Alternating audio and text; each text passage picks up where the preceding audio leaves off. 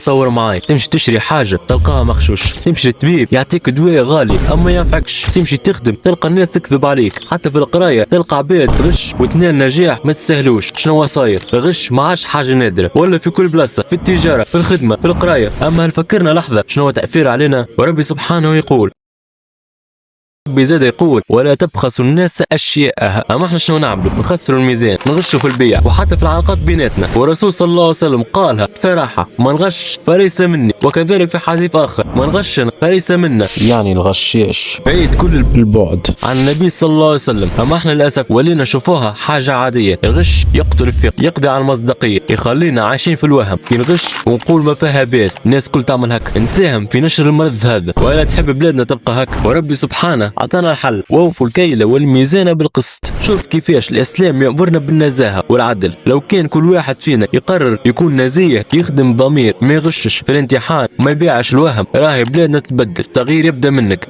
انت، ما تكونش متفرج، كون انت التغيير اللي تحب نشوفوه. قولي في التعليقات شنو رايكم، هل عمركم تعرضتوا للغش في حياتكم؟ اكيد اي، وقولوا لي كيفاش، وساهموا في نشر الفيديو هذا الاقصى ما تنجم باش نصلحوا الظاهره هذه. سلام.